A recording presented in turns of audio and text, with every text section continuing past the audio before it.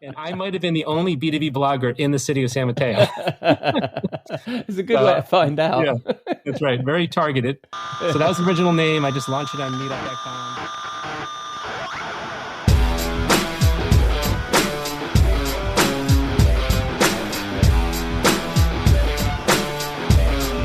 Hello and welcome to episode 249, the Rockstar CMO effing marketing podcast. It's Saturday, 21st December. I hope you're ready for the holidays and staying as sane as you feel you need to be. I'm your host, Ian Truscott. I'm not a rock star, but I am a CMO, and on this podcast, I chat with chums and share our marketing street knowledge that we hope will bring out the rockstar marketer in you. Come say hello. You can find us at rockstarcmo.com or Rockstar CMO on LinkedIn. This week, I'm joined by friend of the show, Dennis Shiao, to discuss community, a relevant topic for this time of year. And Robert is in our virtual bar for a holiday cocktail and a marketing thought.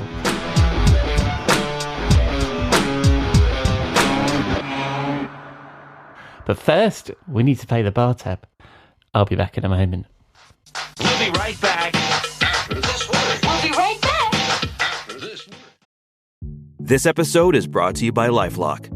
The holidays mean more travel, more shopping, more time online, and more personal info in places that could expose you to identity theft. That's why LifeLock monitors millions of data points every second. If your identity is stolen, their US-based restoration specialists will fix it, guaranteed or your money back. Get more holiday fun and less holiday worry with LifeLock. Save up to 40% your first year. Visit LifeLock.com/podcast. Terms apply. This episode is brought to you by Global X. Since 2008, Global X ETFs has been committed to empowering investors with unexplored, intelligent solutions. Global X specializes in exchange-traded funds that offer exposure to the artificial intelligence ecosystem, including themes like data centers, robotics, semiconductors, and cloud computing. To learn more about Global X's entire suite of ETFs, from covered calls, fixed income, emerging markets, and more, visit globalxetfs.com.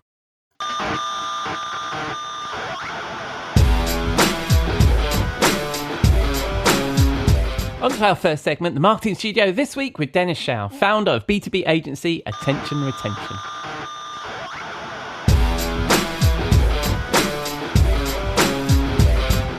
Welcome, Dennis, back to Rockstar CMO FM. How are you, my friend? I'm doing well. Thanks for having me back on. That's fine. And then I was really excited about, we chat on and off anyway, but I hadn't realised that you haven't been on the podcast since episode number 83, and we're at 240 something. So apologies for that, because I should have you on more often. Oh, no worries. You're a splendid chap. But for people that haven't heard from you, because it's been so long, tell us a little bit about yourself. What do you do?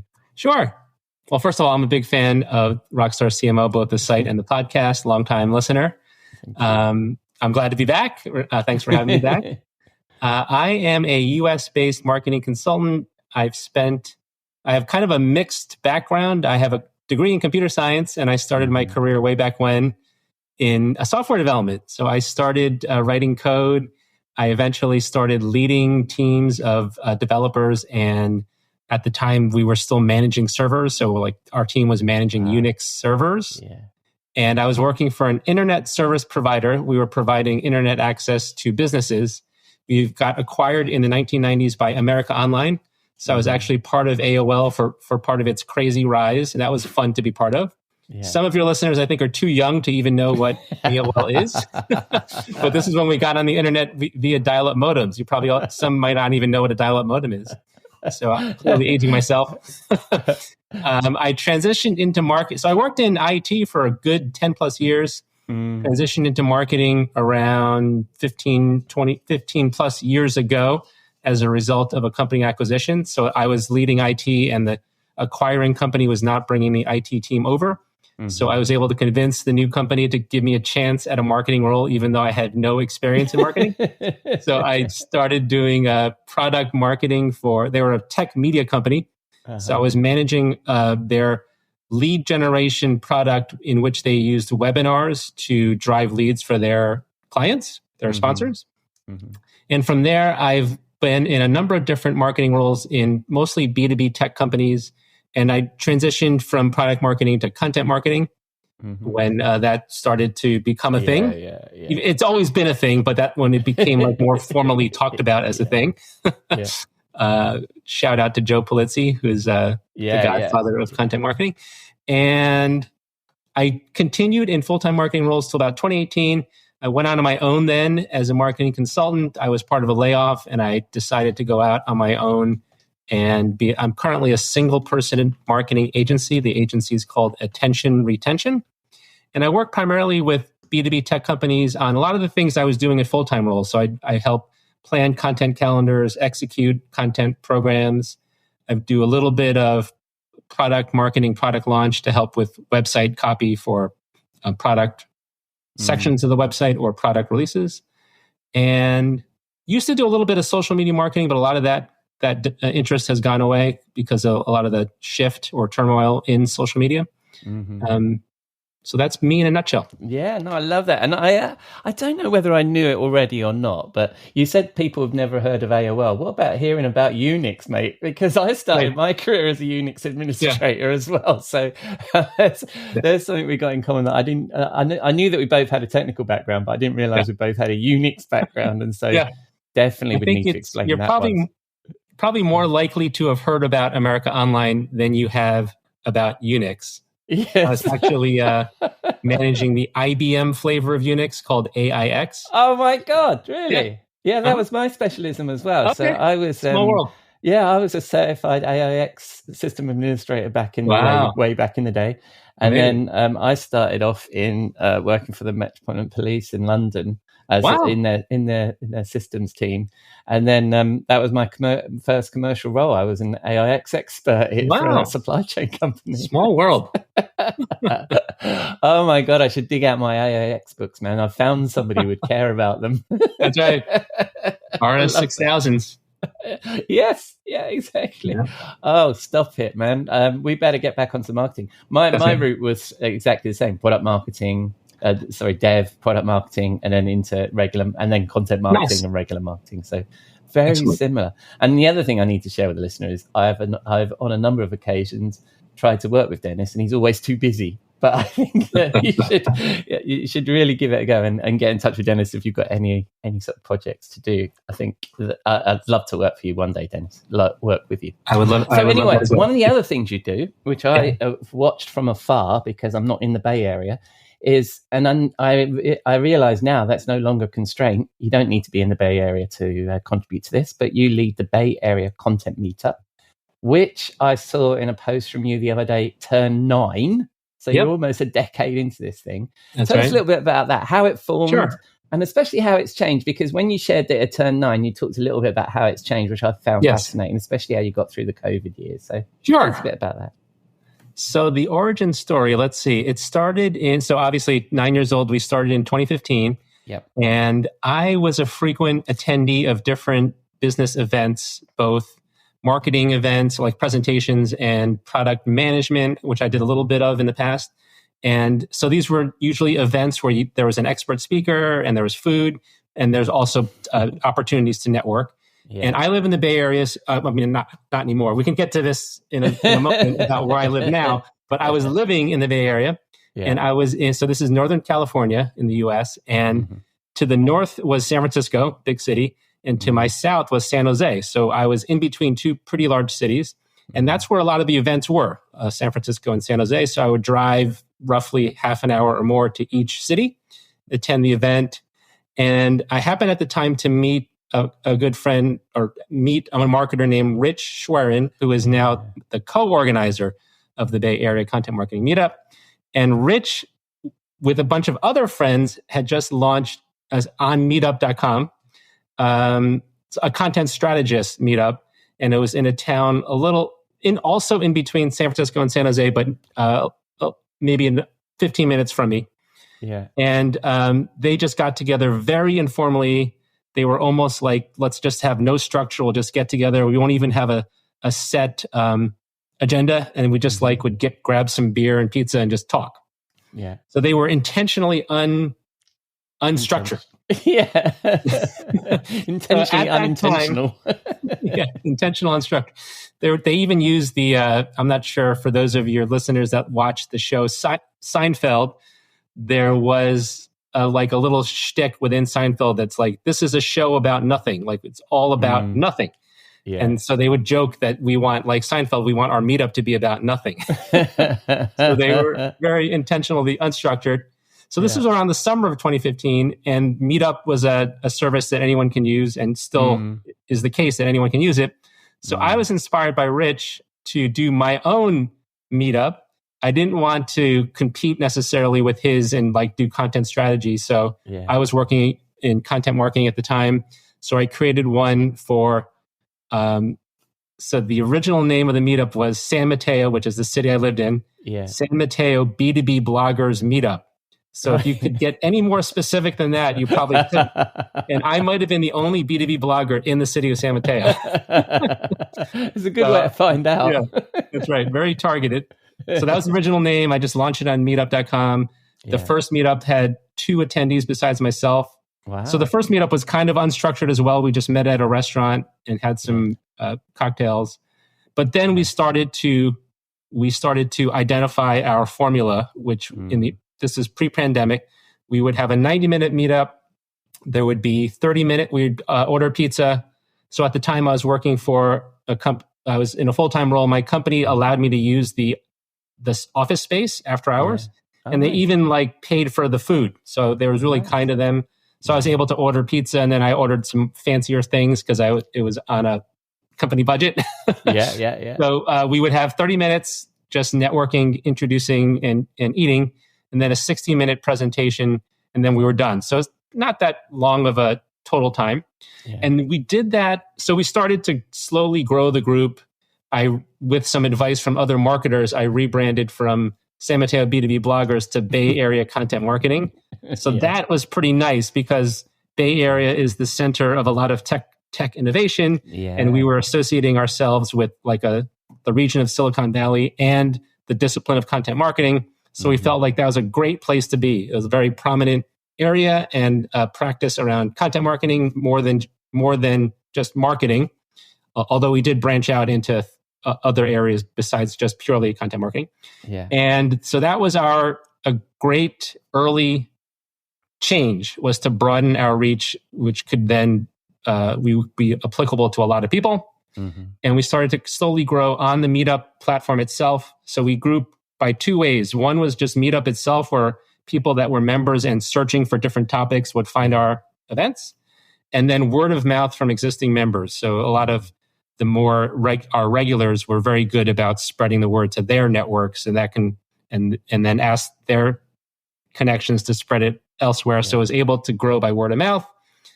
And we were doing about 1 in-person meetup a month. And then 2020 came, which was the pandemic. And I don't know the exact numbers, but I want to say roughly we were just under 1,000 members when the pandemic came. We quickly said, let's just continue the group, and we can't meet in person anymore, but we can use online meetings. So we happened to use Zoom. And if you remember the early days of the pandemic in 2020, everyone was sheltered in place. We're all binging on streaming content, and we all had plenty of time. And so we started doing frequent Zoom-based meetups, and any marketing person that I knew, that like well-known expert, if I contacted them and said, are you available to give a talk? They all said yes, because what else were they doing? So we were able to grow to about 1 a week. We did about 1 meetup presentation a week, so 4 a month. There were some months I think we did 6, so we doubled up on given weeks. And Rich, who's the co-organizer, we met at noon Pacific, so he came up with the moniker Zooms at noon. Oh, nice. So it was noon Pacific, but that meant that even in Europe, that was probably 8 p.m. maybe. Local time. And then in Asia is the middle, probably overnight. But we had people, because the meetups were now online, you could attend from anywhere. The only restriction for the live meetup was that you had to be awake. We still had people in Asia like India that were joining our meetups, and we asked them what time it was, and I think it was in the middle of the night. So it's just amazing. Yeah. So that allowed our group to grow because all of our events were online and people were finding us. So we easily doubled our membership during the pandemic. And I think today we're at over 3,200 members on meetup.com.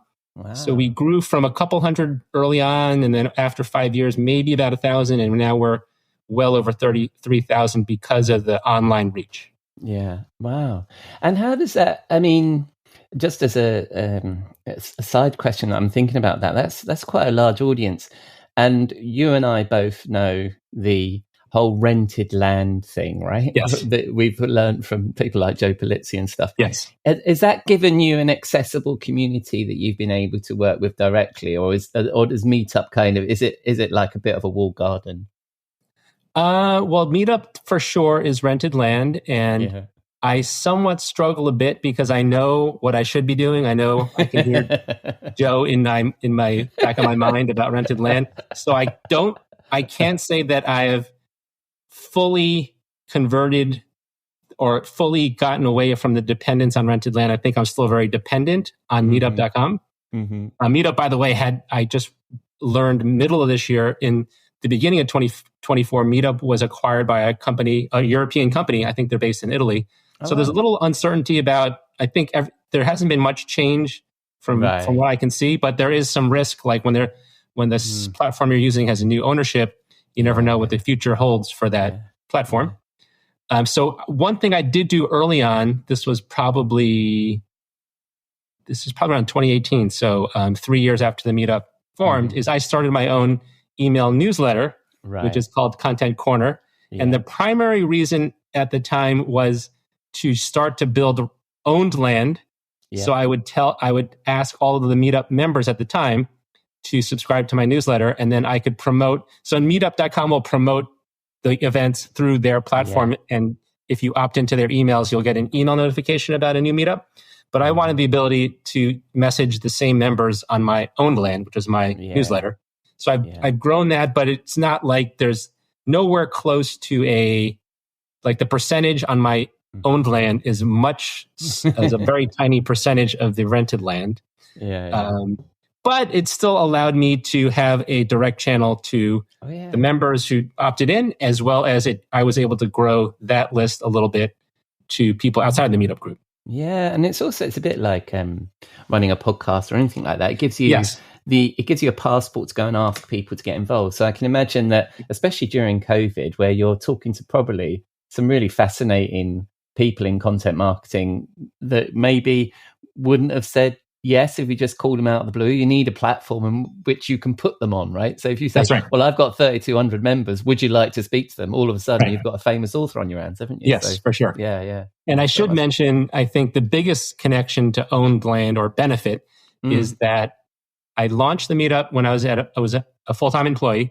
Yeah. And my main goal was just to get marketers together in my area of the Bay Area, because as I mentioned, I was going often to San Francisco and San Jose. So I just wanted something local that was near my home, because I lived in the same city that the Meetup was based in. So I was like a very short drive away from where we're getting together. And at 2018, I was a full-time employee, and I had no grand plans for the Meetup beyond just getting people together. But 2015, I launched it. 2018 is when I went out on my own. And then it turns out that I can attribute about 50% of my agency's clients to the Meetup. So either people that knew me from being a member, they hired me directly for projects, or people referred me to people. Someone had a request to connect them to someone who can help with content marketing. So that person in the Meetup referred me to their contact.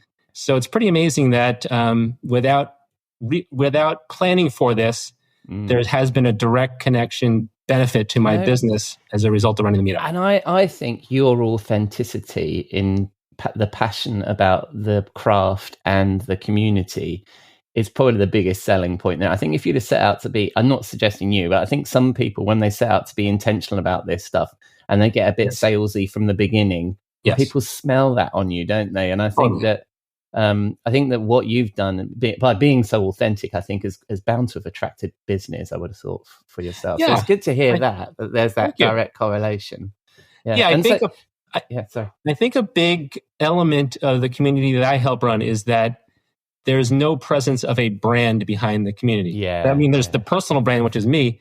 But even though I had I launched an agency while I was running the meetup, I never mentioned the name of the agency. It's it's a small company. It's a small brand anyway, because it's a single person agency.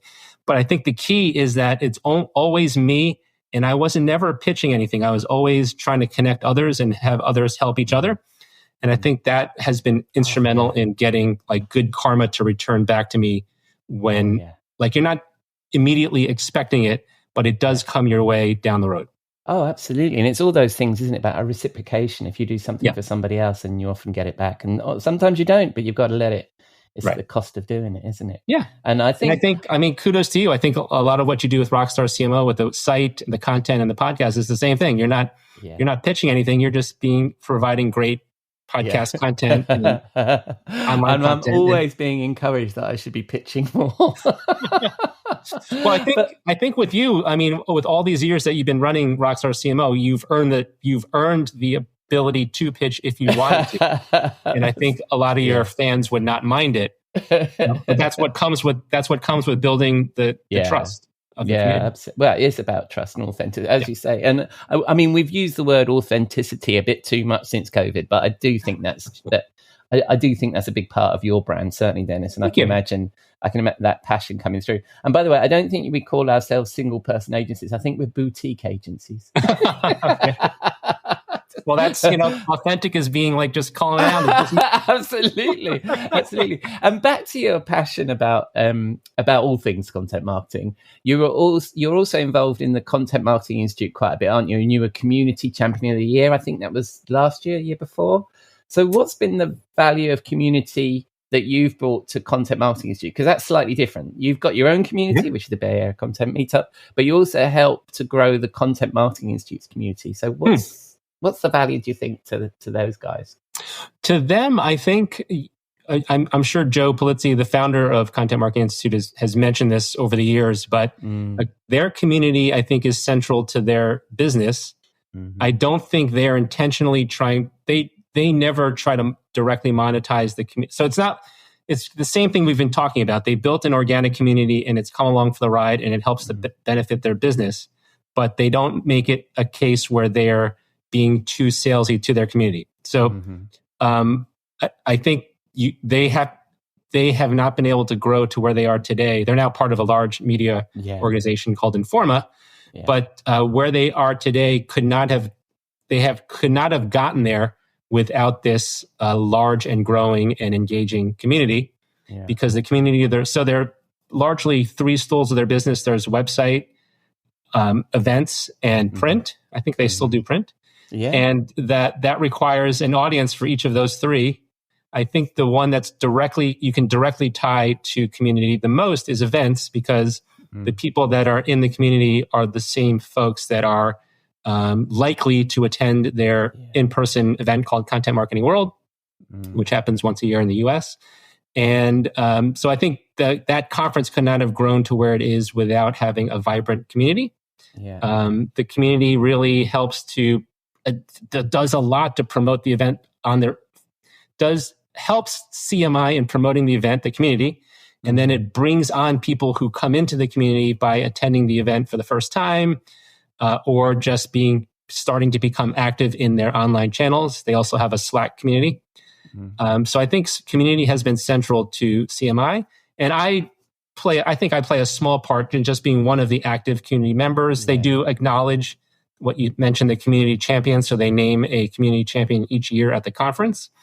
Nice. And there's no expectation that we will do anything specific. Like, they're not expecting their community members to do X, Y, or Z. It's more we just want to spread the word because we love the community so much. And so for me, there's been so many people that I've met in the community. It started back when Twitter was a lot more active for marketers. And I just love the people that are in the community, as well as the people on the CMI team that help make it all happen. Mm-hmm. So when I go to the event each year, it feels to me like a family reunion. It's like I'm seeing people that I haven't seen in 12 months because it was the last time I saw them might have been the last year's conference. Yeah. And it's just so rewarding to be part of this community. Yeah. And I've learned a lot from what CMI does to apply to the Bay Area Content Marketing Meetup. Yeah. So a lot of what I see them do, I think about adopting it. Yeah, I can imagine. And I had Kathy McKnight on the show, who was also at the Content Marketing World, and I was going to talk to you immediately after Content Marketing World as well, but I didn't quite manage it. When was it? It was a couple of months ago now, wasn't it? Yes. But the sense I get, and I've not been, but I do follow it very closely because obviously I'm close to Robert Rose, Kathy, a bunch of people down there. I follow Joe. Right. It is a real person community type event. It does seem like it's just a bunch of old friends getting together. Yeah, know? It is. That vibe. Yeah. So it's It's interesting. Oh, go ahead. Sorry. No, carry on. You were going to say something interesting. It's interesting because it is like all friends getting together, but it's not. It should not be. Those of you not familiar with the conference should not take that to mean it's like a closed circle or a clique, like the high school clique. There is a close group of people that know each other, but it's such a welcoming group, which is what I love about it. Yeah. And each year they track first-time attendees. Mm-hmm. So there's still a very healthy percentage that are first-time attendees that hopefully will, if they got a lot out of the experience, they would come back the next time. But they recently, Content Marketing Institute it's been a long time, 10 plus year run in Cleveland. That's where Joe founded the organization. Yeah. So for the first time in 2023, they went outside of Cleveland. They went to Washington, D.C., which the Europeans love because it was a direct flight from Europe, as opposed to Cleveland, where I think they had to connect through New York. Yeah. And then this year, it was in San Diego. And then they announced next year, it's back to San Diego. And then after next year, I think it's, we don't know where, but I think they might be picking another city. And the good thing is about going outside of Cleveland to other cities is that you now start to pick up some local metro area marketers who will attend for the first time. So a bunch of DC marketers and San Diego marketers may have heard of CMI or maybe have not, but there's a big first-time audience because you're now being able to interest the local metro area where the conference has moved to. Yeah, and that's a great point you make about talking about it being a bunch of old friends might make it sound a bit exclusive. But I think that from what I sense and what I see of the interchange that happens on social media is that people are attracted to being part of that community. They want to be in that. They want to be in that community. They want to be part of that. And also I heard some reference to the fact that, yes, there was a lot of new people at each of the last two events, to the point that sort of Robert makes a joke and nobody gets it because they haven't been following him for 15 years or whatever, like we have, right? So that's right. I think that's quite funny. But also so that was about the community, and then the location thing. I think Cleveland's even difficult for people in America to get to, isn't it? Sometimes. So I think the change of city is probably good. I nearly made it to the DC one. I wasn't going to make it. Oh wow! To the West Coast, but I was so tempted that I've never been in the right point where I can do it on business. I've always had to. It would need to be a personal mission, but it's still a personal mission. But so that's Content Marketing Institute and Content Marketing World, which is a splendid event, and I'll include links in the show notes to both of those if people are interested in attending. So we talked a little bit there about what you personally have gained from community, and that's really the theme of this conversation was community. I should have made that clear at the beginning, perhaps. But so we've talked a little bit about the benefits of your personal brand and business. Would you recommend doing this again? You've been doing it for 9 years. You've done all that stuff with Content Marketing Institute. Do you think that's a good way of sort of promoting your business or your personal brand? Yeah, for sure. I think not all of your listeners run their own business, but let's just talk about the broad profile of a marketer, whether you run a business or you're at a full-time employee. I think it's beneficial to your career success and your career trajectory to get to know other marketers, because that can lead. There's benefits, immediate benefits like collaboration, co-creating content. But longer term, there's the ability to make connections to to find your way into your next job. The more you're connected, it's just so many things can happen as you start to build this quote unquote network of other marketers. And I know there's a whole introvert versus extrovert. Some of us are in different extremes. Yeah. I'm like slanted more towards extrovert, but I sometimes have some introvert tendencies. So like the introvert who is very comfortable, maybe having some alone time, or maybe is hesitant to be in a big crowd where it's hard for the introvert, may have this mindset of maybe I'll meet marketers if they come, they connect with me, but they're not looking to network themselves. But I still think there is, so maybe you don't enjoy going to a large conference and going into a whole crowd where you don't know anybody. But I think it's very important, and there's benefits to being a part of a community. So if it's not attending a huge conference, it's joining, like maybe finding meetups like the ones I run or others that are just Zoom presentations, and you can easily, subtly enter the Zoom, and you can keep your camera off and just be part of that group. Yeah. Or you can enter Slack. I think is a great way for introverts to connect, because you're engaging in a format that is less. There's less going on than an in-person, face-to-face conversation. So I think it's important to be part of marketing communities because there are great benefits. All around. I completely agree. And I mean, when I did Myers-Briggs years and years ago, and apparently I'm an introvert but needs the power of being around people. And it's like, well, that's just ridiculous.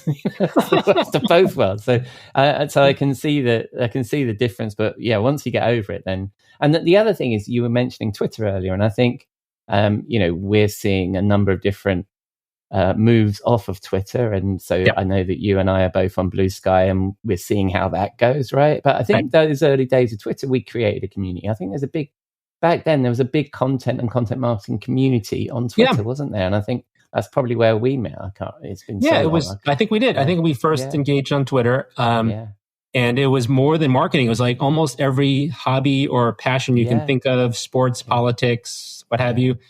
There was communities forming. I was actually working for a company in my marketing role that created event technology. So I started becoming part of the event professional community. Yeah. And it was so amazing being able to connect with people all over the globe via Twitter. You would like retweet and trade thoughts back and forth. And then I would feel like I built an actual friendship, even though we never met. Yeah. And then if we were at a conference and we were both there to finally meet in person, that was one of the most magical things, was to turn the online connection into a in-person greeting. Yeah. I remember being. Do you remember the Gilbane conferences? I don't know if you ever. They were like the content management conferences back in the day. And I remember being in the bar at Gilbane and looking at my LinkedIn feed, going, "Oh my God, this is LinkedIn come to life." You know what I mean? All the people around me I knew through LinkedIn, but I was meeting them for the first time in person, because I think I was in the UK then, and those events were in the US. So that's fantastic. Now, talking about that, we touched a couple of times on your B2B experience and working for vendors. Do you think it's in, and also the fact that your first company, I didn't realize, is paid for the pizzas for the content meetup. So do you think and you've got some great B2B vendor clients, do you recommend to them investing in the community? Do you think that's an important part of your marketing? Yeah, I think it's important to invest in community. You can start small. And so I would recommend a couple of things. One is, don't get into community for, obviously you're going to invest in community for some long-term benefit back to your business, because otherwise it's probably an unnecessary investment. But you can't expect short-term returns, and you can't be too salesy about it, because as you said, people will sniff that out. So if you're a brand and you launch a community, and the first thing you do when you get people together is you're talking about your product, that's probably not a good sign. As we've been saying, it's like you need to earn the trust to pitch your product over the long term. So It's classic content marketing, really, isn't it? Exactly. It's about being useful. There you go. Right. Yeah. And I think that what you've demonstrated with the Bay Area Content Meetup and the work you've done with Content Marketing Institute is these are useful resources that you're creating for people, whether it's copy that you're creating for Content Marketing Institute, or whether it's a physical meetup, or whether it's getting somebody on stage that can help the team. It's about being useful, really, isn't it? So I think exactly. It's a perfect analogy. Content marketing and community is you're being useful, and you're leading people down the path towards your product in a way that you're not intentionally leading them down, but they're going to find their way down to your product over the long term. Well, also, it's a great way of demonstrating your own expertise, isn't it? And your thought leadership, as if you can drive these communities. Anyway, we've run a little bit over time. Thank you very much for this, Dennis. What are you working on at the moment with Content Marketing Institute? I have been writing some articles for Content Marketing Institute on. They have a sister conference to Content Marketing World called MADS, the Marketing Analytics and Data Science Conference. So it's kind of like taking a subset. Yeah, it's a good name. It's like taking a subset of the typical CM World marketing content and focusing it on analytics and data science with a marketing backdrop. Yeah. So a lot of the presenters are talking about how ways to get the most effective use of data. And of course, marketers have as much data as almost anyone. Mm-hmm. So their conference is now co-located with Content Marketing World physically. And I've written a whole bunch of summaries from the 2023 conference, not yet from this latest 2024 conference. But there's things like data storytelling, which was new to me. So I got to learn about data storytelling while writing about it. Just today went live a piece on data cleaning. Mm-hmm. Most marketers might think I don't really need data cleaning, but I learned a lot about what the discipline is. And I think there's always marketing data like in your CRM that probably could use some cleaning. Mm-hmm. So it's been enjoyable to write about a topic that I'm a little bit less hands-on with, but still interesting. I mean, that's the great thing about writing. And there's been various discussion about AI and generative AI. I think the important thing, and I've written about this, is the journey, isn't it? When you go on when you're writing something, you've got no idea where it's going to end up, but you know you need to do some research, you're going to find out some stuff, you're going to meet some people along the way, even if they're just voices that you read. And I think it's the journey of writing something is important, and it should be. It should be valued. Just typing a prompt into ChatGPT is not going to give you that shit. So I think that's fantastic, Dennis. Thank you very much. And finally, when people spin the dial on the interwebs and they're looking for you, where they're going to find you, mate? You can look for me on LinkedIn. You can look me up by name. I would ask if you want to connect with me as a result of this podcast, just mention Rockstar CMO on your invitation. Yeah. Because I do get a lot of anonymous, or I do get a lot of invites that have no message, so I don't know where they. I keep forgetting to do that, Dennis. Well done for doing that, because I say the same things. I was on a webinar last week, and I was like, "Oh yeah, hook me up on LinkedIn," and then I'm thinking I should have told them to let me know because I don't know who all these people are. Yeah, no, you're right. And then where else? As you mentioned, you and I are on Blue Sky, so I am dshiao.bsky.social, DSHIAO. Yeah. So it's feeling a little bit like Twitter to me, more so than Threads. Yeah. So I'm enjoying my time on Blue Sky so far. And your agency? Where it's Attention Retention. The domain is attention-retention.com. Nice. I love that. Attention Retention. What a great name for an agency. Well done, Dennis. All right, mate. Well, thank you very much. And I look forward to keeping in touch with you. And I will have you back on the show more than like 150 episodes. So I don't think either of us are young enough to leave this another 3 years, so I'll have you back. Sounds good. Thanks for having me. Thanks, Dennis. I'll speak to you soon.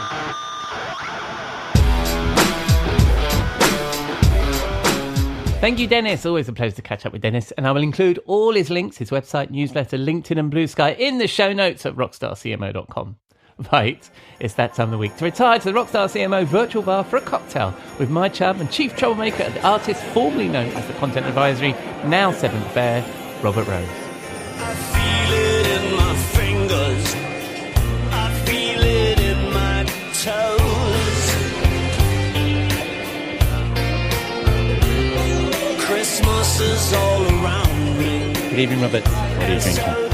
Oh, here's what's amazing for the true bar experience. I love You're familiar. Well, clearly you're familiar because you put the whole bar into the theme of Love Actually, which is just one of my favorites. So you've got everything going here. You've got the carolers coming in. You've got the guy playing the music of the hit song. I love it. You've got all of them, all the stars of the show. It's all fantastic here. Love Actually, a theme of Love Actually for your holiday Christmas pleasure. Absolutely. What better way to theme the bar just before the holidays than Love Actually? I'm looking forward to doing this. Trying to find. Good Lord. Yeah. I think that my favorite bit of, Bill Nighy is one of my favorite actors, and him singing that song in the very beginning is everything. Is such everything. And then when he's doing the TV special, when he's like, "Here's a message from your uncle, kids. It's like, when people come up to you and offer you drugs, don't buy drugs. Become a rock star and they'll give them to you for free." It's so good. Oh, I love that movie so much. And also there's a great quote for this podcast, isn't it? The Rockstar CMO. Yeah, exactly. Yeah. I don't see anybody giving us free drugs, but anyway, we certainly enjoy a cocktail. So why don't we move to a quiet part? So we of the do have bar? a wonderful, we have a holiday and a great Love Actually themed cocktail. This is called the Naughty or Nice cocktail, and this is this is a day drinker. We had a day drinker last week, and we've got a day drinker this week. I'm worried about us. Well, that's okay. There's so many great Love Actually quotes that I could pull that. So anyway, this for your liquor here, you really have a choice. This is what the Naughty or Nice gives you, is that you have really just anything. If you can put rye in this, you can put bourbon in this, or you can even go with vodka. Wow. I would recommend the vodka for this, especially if you're going to do some day drinking here and not want to fall asleep. So the vodka is a great sort of staple here if you want to do it. And so, and one of the other things you can do is if you're having a little party, you can have basically the mix here. And then give people the choice, right? You can give people the choice of, would you like vodka or bourbon or rye with this, and have different tastes for different kinds of situations. Anyway, so you start with 1 part or 1.5 parts, depending on how adventurous you're feeling and how much day drinking you're doing, of your favorite vodka. You're going to have some orange juice. And basically it also works with bourbon and rye, but you're going to work with orange juice here and pull that in.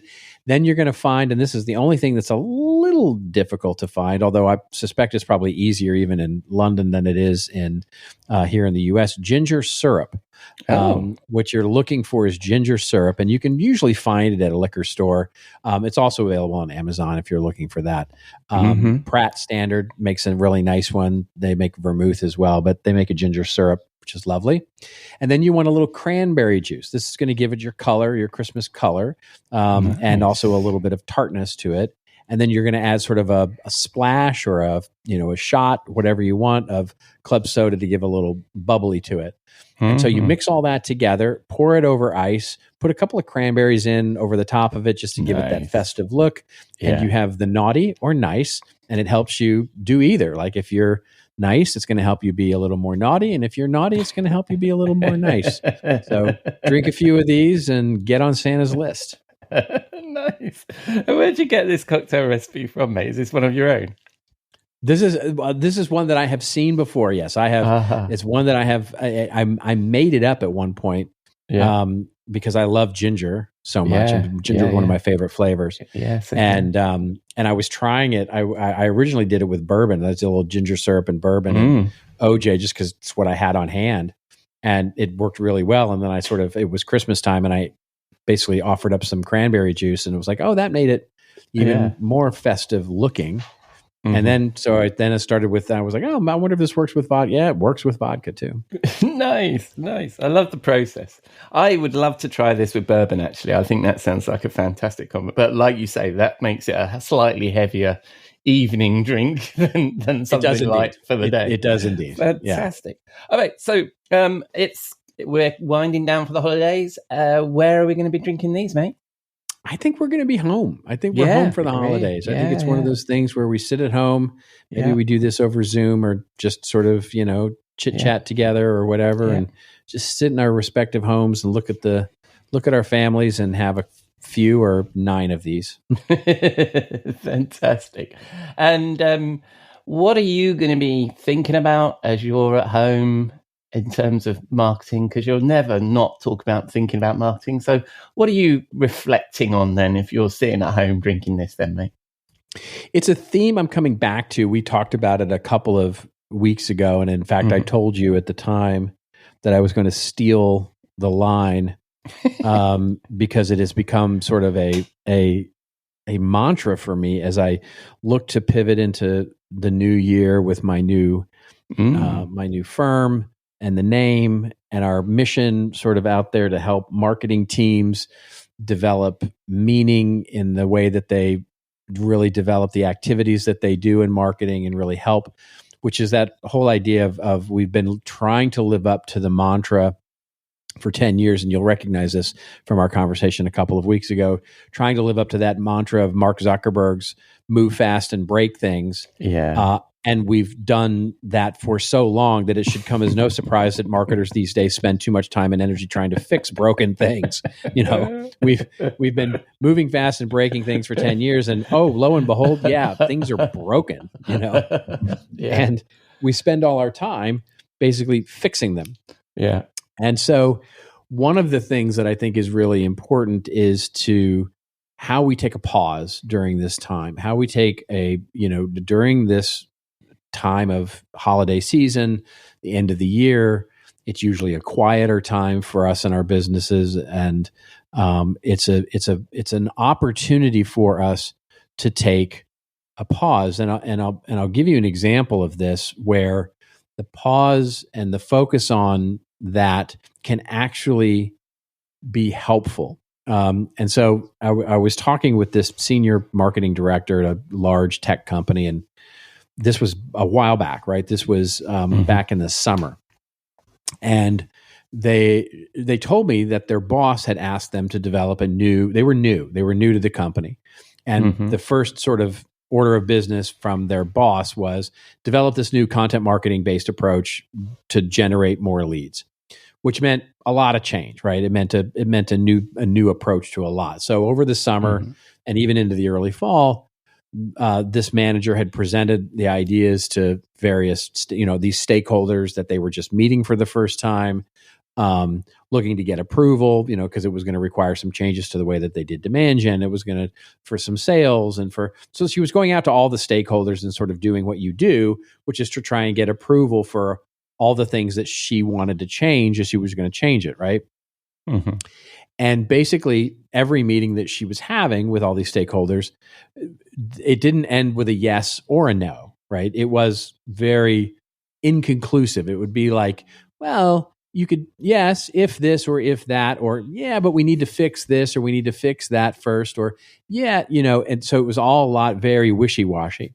And when she got to some of the bosses and stuff, basically like the vice president of brand marketing, she was proposing this new way of going about it. And it was like, yeah, that's interesting, but we're not ready for that yet. So and he's right. They weren't ready for that because all the other stakeholders are like, well, we need to fix this and we need to fix that and do all the kind of thing. So it was like, she comes into the Christmas holiday, right? This holiday season when she's trying to get something new up and running. And of course, everything goes on pause at the end of the year.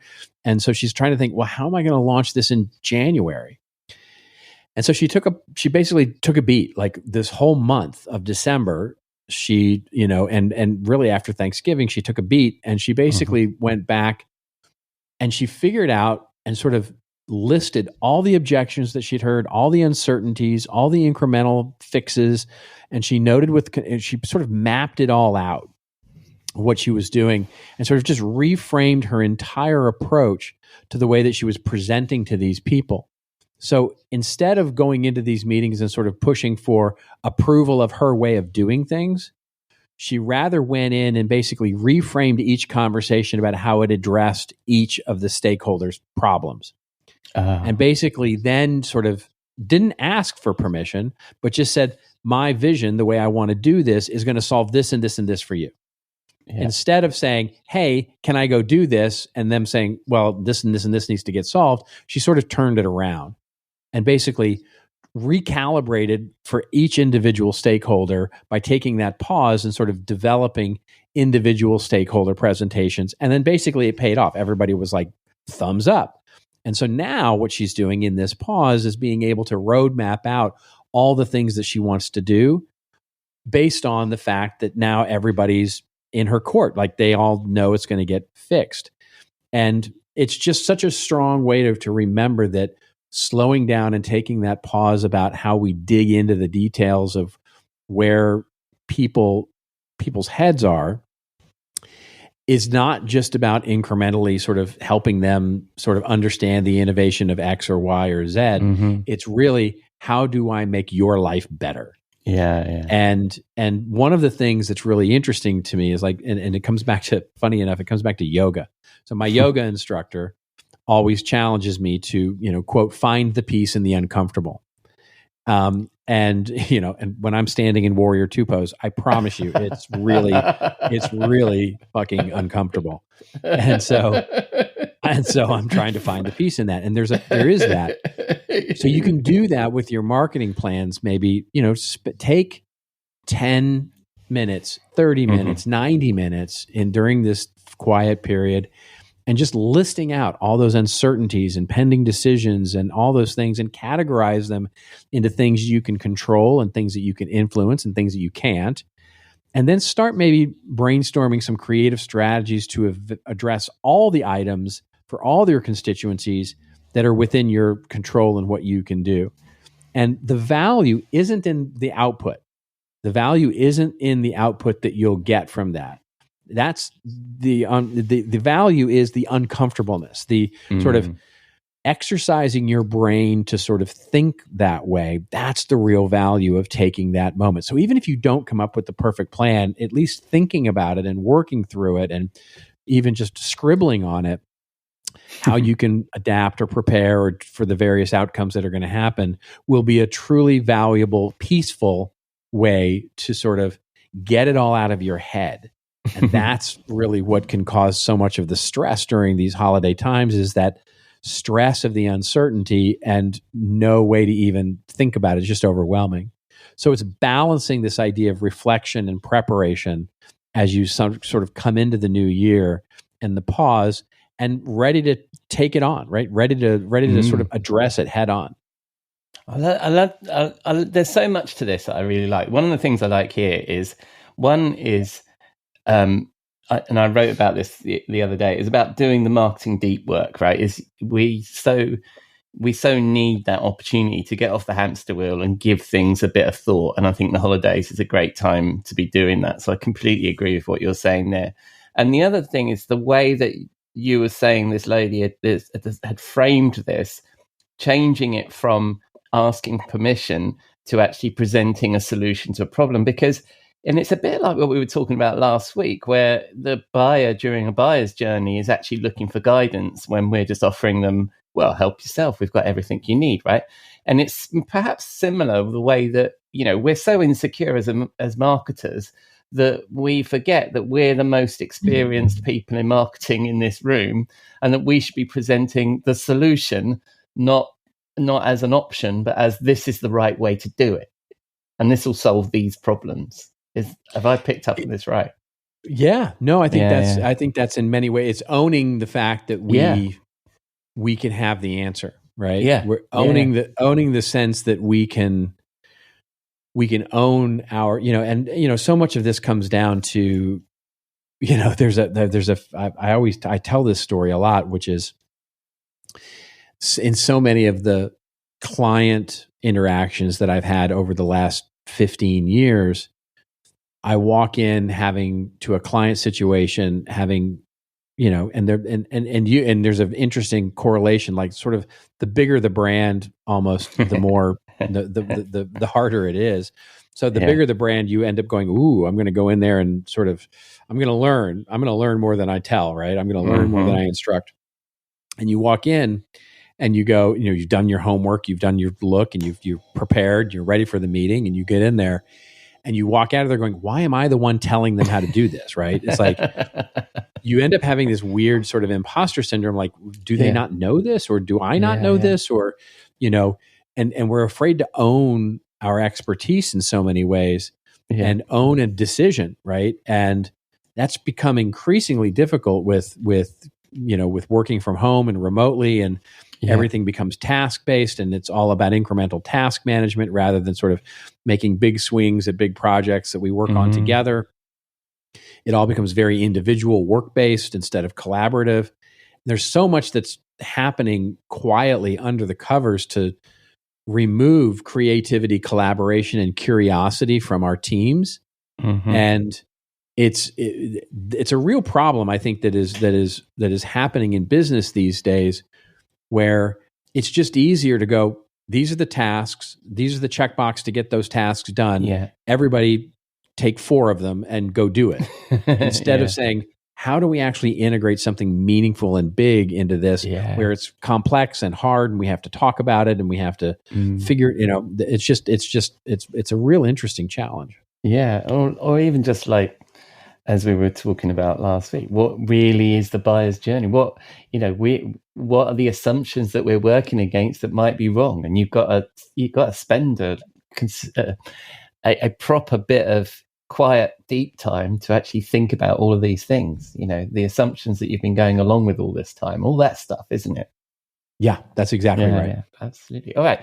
So if we were going to do a bit of our own little research and deep work, where might we find a source for inspiration for that, mate? Well, hopefully the inspiration is coming through from our website, which you can find at seventhbear.com, which is our new little hovel on the web. And of course, then we're promoting it across all of our social interwebs. That's our plan for 25, is to slow down and create some meaningful content there.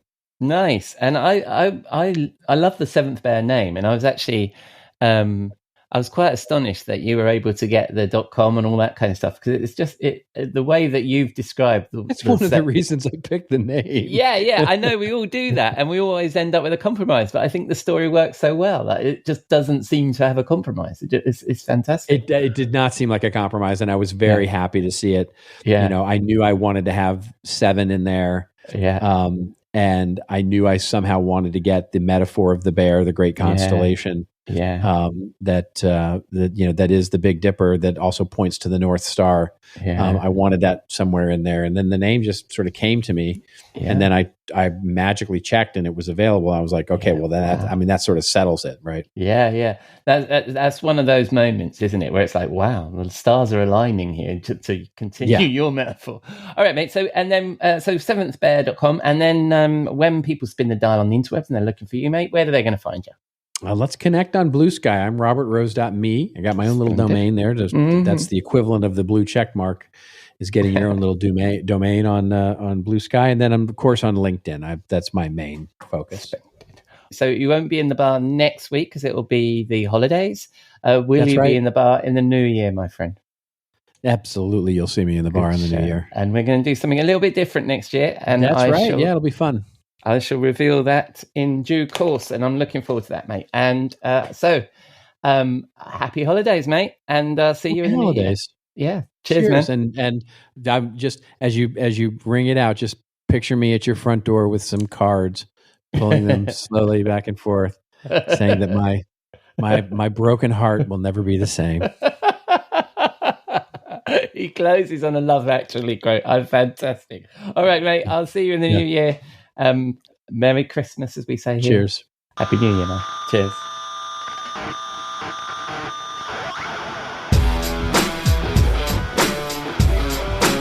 Thank you, Robert. And a little bit of Love Actually there. A quintessentially British rom-com from 2003, and seemingly one of Robert's favourite Christmas movies. Who knew? And the change we alluded to there is that we'll be spinning out the bar into its own show in the new year, although it'll be right here in the same feed. More on that next week, and there'll be a chance for you to participate if you have questions for Robert. So, that's a wrap on episode 249, the Rockstar CMO effing marketing podcast. Thank you for dropping a dime into your podcasting jukebox, selecting our track and jiving along with us. Please help spread the word by rating or reviewing us in your favourite podcast app, or just keep listening. I'm glad you're here. I've been your host, Ian Truscott, and you can find links to me and my guests and all the things we discussed in the show notes on rockstarcmo.com. Next week, not only is it the last show of the year, it's our 250th episode, so I'll be sharing some of my reflections on a year in B2B marketing with some highlights from the podcast. So happy holidays, have a wonderful break, and I hope you can join me here next Saturday on Rockstar CMO FM.